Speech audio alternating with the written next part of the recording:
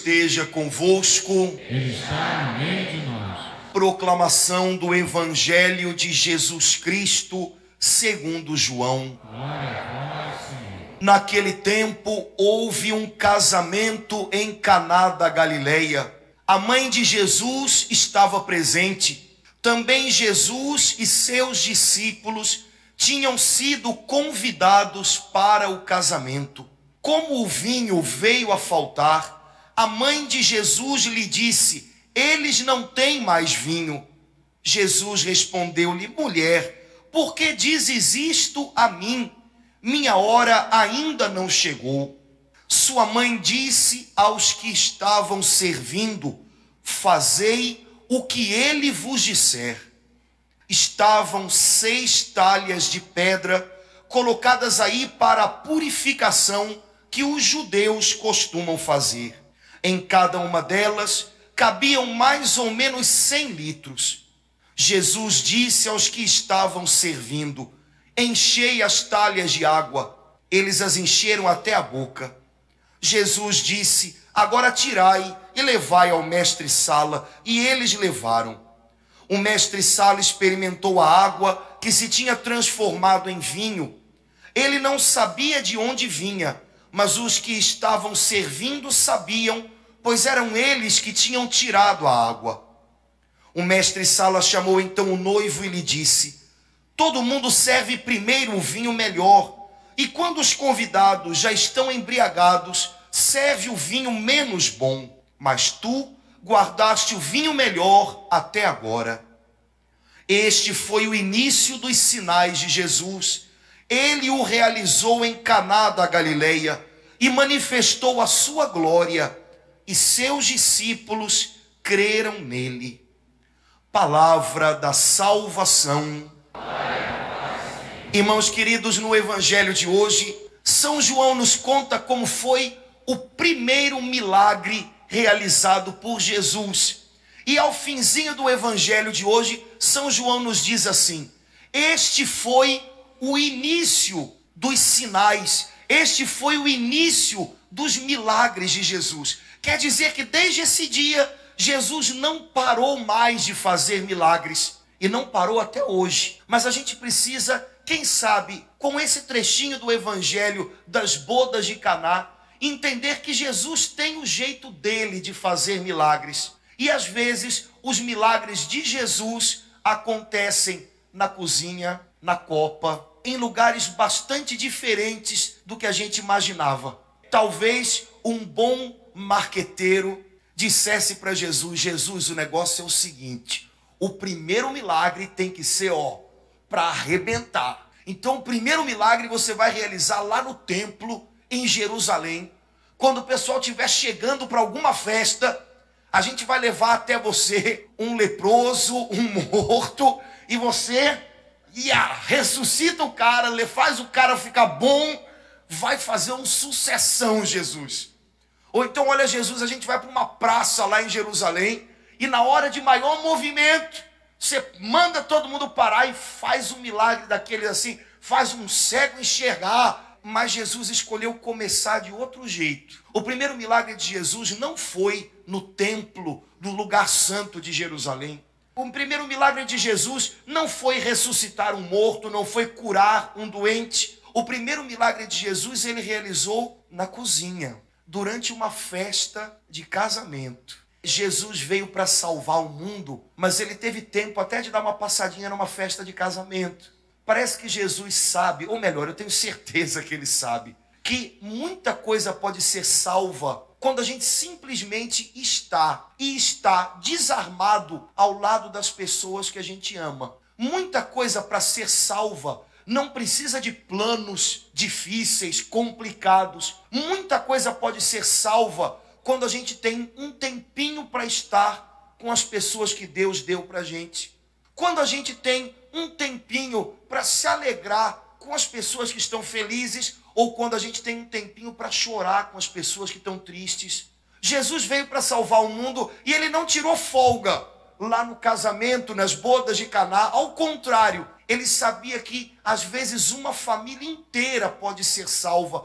Um sonho de jovem, como o sonho de um casal que acabou de casar. Um sonho pode ser salvo se tem alguém disposto a gastar um pouquinho de tempo, se tem alguém disposto a dar alguns passos junto com outra pessoa, se tem alguém disposto a ouvir outra pessoa. Essas coisas também salvam o mundo, queridos. Às vezes a gente está com tanta pressa para fazer as nossas coisas.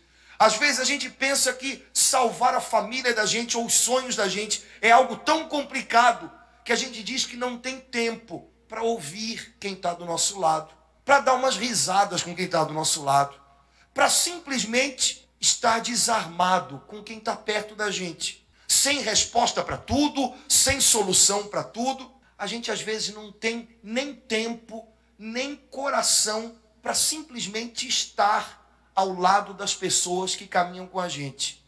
Jesus está lembrando para a gente hoje que milagres às vezes acontecem quando a gente faz isso. Jesus fez um milagre em Caná, num lugar bem inusitado. Mas Jesus precisou de uma pessoa, de alguma maneira, para ajudar o milagre a acontecer. Jesus precisou contar com alguém para facilitar o milagre. Assim também acontece nos dias de hoje. A gente precisa aprender a ser facilitador dos milagres de Jesus. Eu acho que nunca, como nos dias de hoje, a gente precisou tanto ver milagres acontecendo na cozinha, no quarto, na sala, dentro das casas da gente. Nunca como hoje a gente precisou tanto de milagres como esse que Jesus fez em Caná. Não milagres na praça, nem milagres numa igreja, mas milagres que acontecem dentro de casa, ali onde só estamos nós.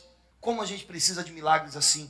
Agora, para que esses milagres aconteçam, Jesus conta com pessoas que facilitam e não complicam as coisas. Em Caná, Jesus contou com a ajuda de Maria, sua mãe, que também estava na festa de casamento. Tem uns autores estudiosos da Bíblia antigos que dizem que o casal que se casou lá em Caná era parente de Jesus. Jesus foi ao casamento, levou os discípulos dele, que iam para todo canto onde ele ia, e os discípulos criaram um problema, porque como os discípulos de Jesus já eram um grupo mais ou menos grande, no meio da festa que durava 8 dias, a quantidade de vinho que tinha sido programada para o casamento não deu. Eu imagino lá na cozinha, lá na copa, lá do buffet, sei lá de onde eles estavam, vai ter gente que vai sair da igreja hoje dizendo que vai para Sapucaí porque o carnaval está na Bíblia. O mestre-sala, traduzindo para a linguagem de hoje, que esse mestre-sala eu não sei o que está fazendo aí, porque ninguém sabe o que é isso. O cerimoniário da festa chamou o pai da noiva e disse: ô seu Zé, olha só, esse vinho aqui não vai dar para o final da festa não. Ó. São 8 dias, a gente ainda está no 4º dia. Eram 8 dias de festa. A gente está no 4º dia e o vinho já está chegando lá embaixo. Olha, esse primo de vocês aí, esse Jesus, trouxe muita gente com ele que não estava na lista, seu Zé. Como é que a gente vai fazer? Vai ser uma vergonha, hein? E o pai da noiva deve ter franzido a testa, ficado preocupado. Acho que ele não quis chamar o noivo, porque, poxa vida, o garoto lá dançando com a noiva, todo feliz, lá recebendo, tirando foto, cortando a gravata com o pessoal.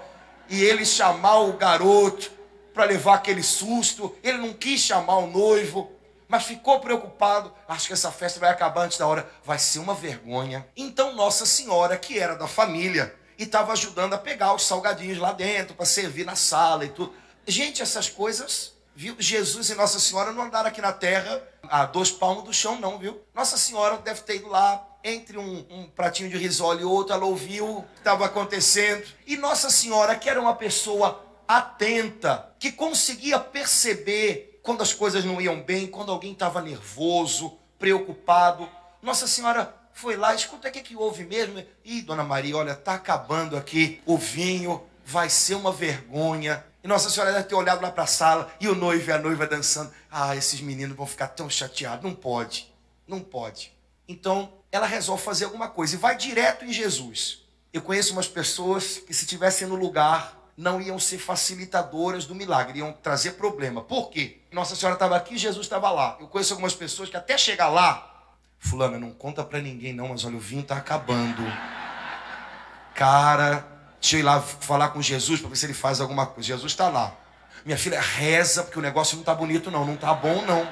Chegou no outro. Ai, meu Deus do céu, esses garotos também. Eu falei que era para trazer mais vinho. Até chegar em Jesus, ia reclamando, fazendo alarde em cima do negócio. Eu conheço gente que faz igual. Quando tem um problema, quando tem uma dificuldade para enfrentar, não vai até Jesus e leva o problema para Jesus. Não transforma o problema em oração. Ou às vezes até leva, mas até chegar em Jesus, tem que fazer o problema esticar. Tem que fazer o negócio render. E quando é em família, então, Deus me perdoe.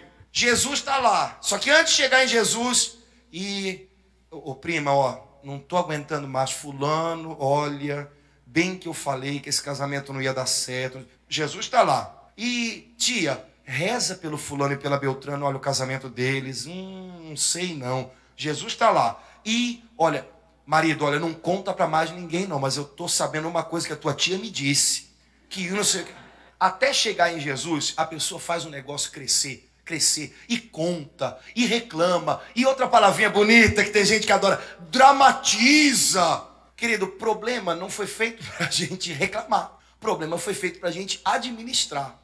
A gente administra melhor quando a gente enfeita menos o problema. Quando a gente envolve menos gente no negócio. E tem pessoas que envolvem tanta gente no problema, que chega uma hora que se perde o controle e o problema vira fofoca, e o problema vira palpite de tudo quanto é lado. Nossa Senhora foi a Jesus. Jesus, o problema é este. Tem gente que é viciada em reclamar de problema. E quando o problema é família, então, se não tiver um problema, uma bola da vez para reclamar, cria. Porque tem que reclamar de alguma coisa. Queridos, a gente precisa aprender a ter tato para aquilo que deve ser falado e para aquilo que não deve ser falado. O modo como a gente deve falar as coisas. Aquilo que a gente tem que guardar com a gente, levar a Jesus, e aquilo que a gente pode dividir com alguém. A gente precisa tomar cuidado para não transformar os nossos problemas, desculpe, em novelas. Porque quando eu transformo um problema em novela, aquilo se torna motivo de autopiedade. Porque para cada pessoa que eu conto, vê se eu posso com isso. Eu mereço isso. Que família Deus me deu. Ai, vira. Coitado de mim. Queridos, autopiedade é um negócio complicado. Sentimento de vítima não ajuda a gente a resolver nada. Ao contrário, é um mecanismozinho que a gente tem para alimentar as nossas carências, a nossa mania de querer subjugar as pessoas, às vezes com uma bonita chantagem. Nossa Senhora não fez nada disso. Ela foi direto em Jesus. Ela não aumentou o problema, ela não fez as outras pessoas saberem. Ela foi a quem podia ajudar. Nossa Senhora foi até Jesus e disse para ele, sem muitos rodeios, Jesus, eles não têm mais vinho, como quem diz. E Jesus, não, estou aqui de convidado, não tem nada a ver com isso não. Nossa Senhora também não discutiu. Voltou para a copa, onde estavam os garçons já quase colocando água nas tacinhas de vinho já, junto com o vinho, para dar uma aumentada. E Nossa Senhora falou, vocês estão vendo aquele moço ali? Vão lá, ele é meu filho. Vocês vão fazer tudo o que ele disser.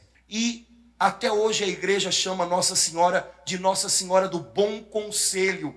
Por causa desse conselho, façam tudo o que Jesus disser. Queridos, às vezes a gente está tão envolvido nos problemas da gente. Às vezes a gente está tão envolvido nas soluções que a gente acha que tem que dar, que a gente não percebe qual é a direção de Deus no meio de uma dificuldade. A gente precisa aprender a buscar Jesus, estar atento, antenado com Deus. Porque Deus tem um caminho no meio dos problemas. E a gente precisa aprender a descobrir, a perceber, a entender qual é a direção de Deus. Se hoje, no meio dessa situação toda que você está enfrentando, em casa ou lá no trabalho, Nossa Senhora se aproximasse de você e dissesse, meu filho, minha filha, faz tudo o que Jesus disser. Eu acho que metade das coisas que a gente pensa em falar, em fazer, já ficavam canceladas. Faça nessa hora e nessa situação, com o pessoal lá em casa, faça o que Jesus disser. E a gente vai ter aquela impressãozinha, é isso daqui, eu acho que Jesus nunca ia dizer. E aquela coisa que eu estava com vontade de falar para o pessoal lá, não, acho que também Jesus não ia dizer isso não. A gente já vai cancelando um monte de coisas que a gente faz e diz, envolvido pela mágoa, envolvido pela intemperança. O milagre aconteceu, mas para acontecer, precisou de alguém para facilitar tudo isso. Alguém que deu o primeiro passo, e o primeiro passo de Nossa Senhora foi perceber o que estava acontecendo em volta. Depois ela foi falar com Jesus. Depois ela foi falar com os mordomos para eles prestarem atenção em Jesus. Mas o primeiro passo foi que ela olhou na carinha do pai da noiva e viu que estava enrugada. e percebeu que tinha alguma coisa que não estava boa. Queridos, para que nós sejamos facilitadores dos milagres de Deus, milagres que tem que acontecer na nossa cozinha, no nosso quarto, na nossa sala, a gente precisa levar as coisas a Jesus. Mais do que espalhar os problemas, mais do que fazer alarde sobre os problemas, a gente precisa levar os problemas para Jesus. A gente precisa aprender a perceber, ouvir a voz de Deus no meio da ansiedade da gente para fazer as coisas do jeito dele, para não ser precipitado no falar, para não ser precipitado no agir, para não tomar uma decisão em hora ruim e depois ainda dizer não posso voltar atrás. A gente precisa aprender com Nossa Senhora a perceber como é que as coisas estão acontecendo ao nosso lado, como é que o pessoal ao nosso lado está se sentindo, o que eles estão precisando. Senão a gente vai querer que depois Jesus venha remendar com um milagrão as coisas, porque a gente deixou elas chegarem num ponto em que não dá mais. Se a gente aprendesse a viver esses pequenos milagres que Jesus pode fazer, através da atenção da gente com os outros, através do silêncio e da prudência da gente, através da nossa atenção ao caminho que Deus mostra, se a gente aprendesse a viver esses pequenos milagres, que são uma verdadeira vacina, a gente não ia viver ou não ia pedir milagrões depois que a coisa já está, como a gente diz, com o caldo entornado. Nossa Senhora percebeu quem estava ao lado dela, por isso ela pôde dar um passo e fazer alguma coisa. Quem sabe tem um milagre precisando acontecer lá na sua cozinha, lá na sua sala, lá no seu quarto, no quarto dos seus filhos. Só que para Jesus chegar lá e fazer o milagre, ele precisa de um parceiro aqui dentro de casa. E esse parceiro pode ser você. E esse facilitador do milagre pode ser você. Uma pessoa que é prudente no falar. Uma pessoa que não espalha os defeitos da sua família para os outros. Eu não entendo qual é a graça, mas tem gente que adora fazer isso. Ah, meu filho só me dá problema. E às vezes fala na presença do dito cujo, como se o dito cujo ainda às vezes é criança, não tivesse ouvido. Ah, esse menino só me dá trabalho, esse menino só me dá problema, meu Deus do céu, mas eu devo estar pagando alguma coisa. Tem gente que adora falar mal da própria família. Ah, o meu casamento, o meu marido, e às vezes fala até na frente. Deus não precisa dos nossos resmungos e das nossas dramatizações para fazer um milagre. Ele precisa que a gente saiba calar e falar com Ele, e levar as pessoas a Ele. Deus precisa de gente que entende as portas que Ele abre, a direção que Ele dá. Agora eu acho mesmo que o milagre começa quando Deus encontra gente que é capaz de olhar para os lados e ver quem está do lado e o que precisa, como Nossa Senhora fez em Caná. Ela entendeu que a coisa estava mal e agiu. Querido, a gente precisa aprender a perceber quando a gente olha para os lados da gente em casa, o que aquela turma lá está precisando. E não precisa perguntar muito. O marido, depois de não sei quanto tempo de casado, olha para a cara da sua cara metade, olha para o outro pedaço da laranja, olha, eu não vou dizer alma gêmea porque isso é muito cafona, só vocês gostam dessas coisas mesmo, né? Alma gêmea, misericórdia, que cafonice.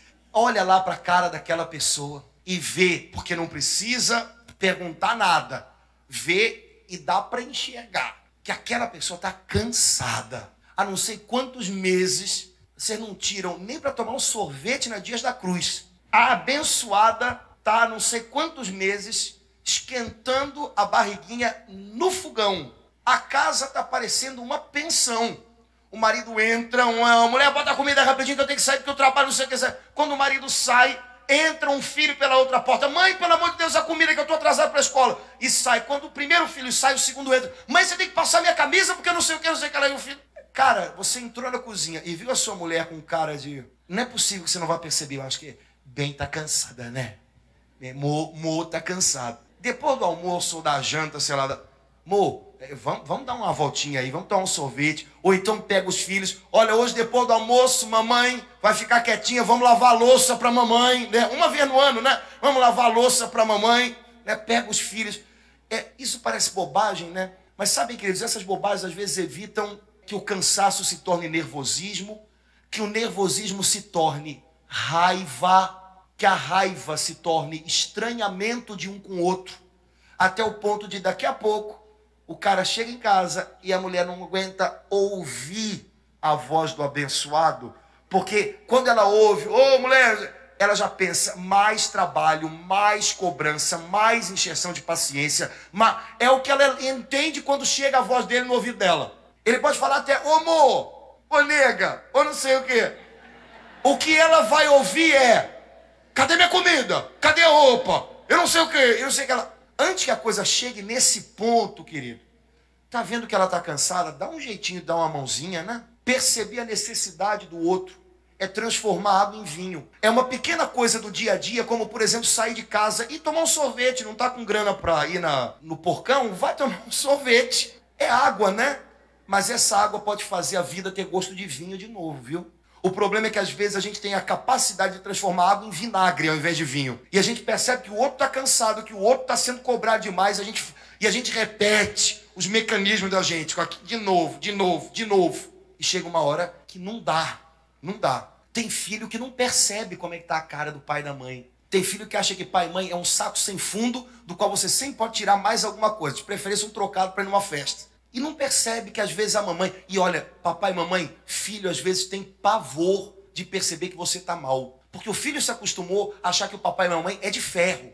E quando de repente ele vê que o papai e a mamãe é gente... E também fica mal, e também fica deprimido, e também chora, e também tem vontade de sumir, aquilo para ele é um susto, então ele foge disso. Mas você que é filho ou filha, chega uma hora na vida que a gente descobre que papai e mamãe não são de ferro. Quando a gente descobre isso, a gente para de tratar eles como saco sem fundo do Papai Noel e começa a perceber, acho que minha mãe está precisando espairecer um pouquinho. Acho que meu pai está precisando rir um pouquinho. Está precisando um pouco de um aperto, um abraço, um beijo. Já sei que se eu não der, ele não vai vir pedir. Lá vou eu. Queridos, às vezes um gesto assim, conseguir enxergar a necessidade do outro, que está estampada no rosto dele, não precisa falar, é transformar água em vinho. É transformar um gesto pequeno, um gesto de carinho, um gesto de atenção, em algo que vai fazer um bem enorme para outra pessoa. O problema é quando a gente transforma a água, o dia a dia já é difícil, em vinagre. E cobra mais ainda, e culpa mais ainda, e reclama mais ainda. Jesus transformou água em vinho, não faça o contrário, certo? Tem gente que também consegue transformar vinho em água, né? Até coisas grandes e bonitas, tem gente que parece que faz questão, espero que não tenha ninguém aqui assim, questão de criar um problema. Vai ter casamento de alguém da família. Não vou. Pelo amor de Deus. Pelo amor de Deus. É madrinha do nosso filho. Não vou. Desce, meu filho. Desce. Desce, sai de trás do bolo. Pelo amor de Deus. Custa alguma coisa. É um gesto de atenção. Para que vai complicar uma coisa que pode ser resolvida com um pouquinho de boa vontade, de generosidade? Às vezes uma coisa que era para ser gostosa, bonita, envolver o pessoal com alegria, que a gente podia curtir, tem um abençoado que resolve complicar o negócio. Natal, passou há pouquinho tempo.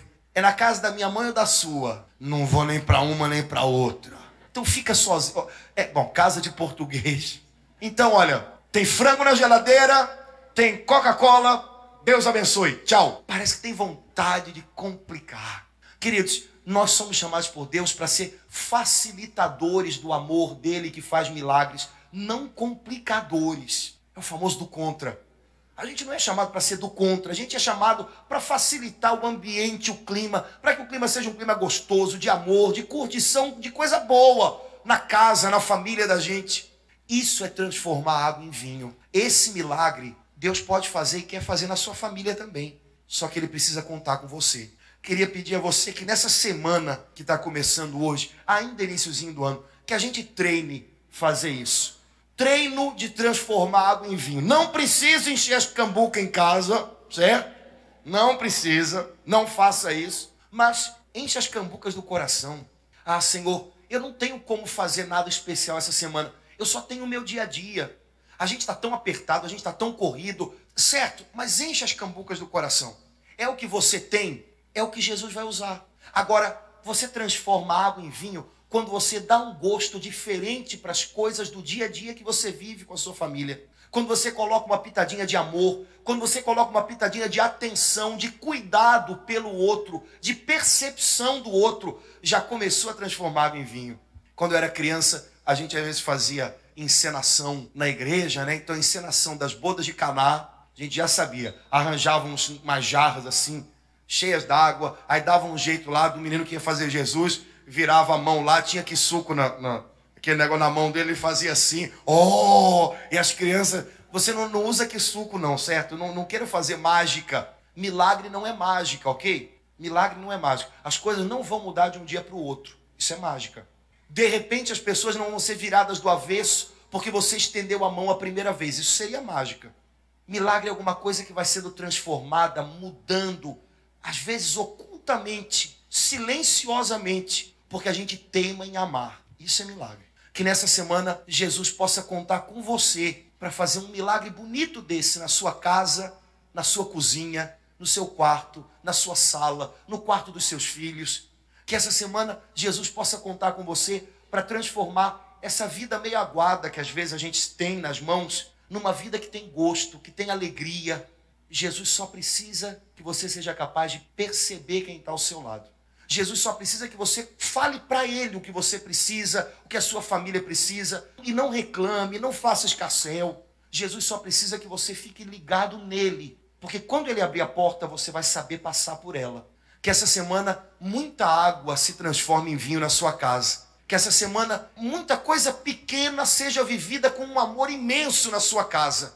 E que as coisas tenham gosto novo na sua família. E que o amor que vocês tenham pelo outro, e eu tenho certeza que lá no fundinho ele está aí ainda. Esse amor seja a matéria-prima que Jesus usa para fazer um grande milagre, uma bênção imensa de Deus acontecer no seu coração e no coração das pessoas que Jesus deu para você aprender a amar.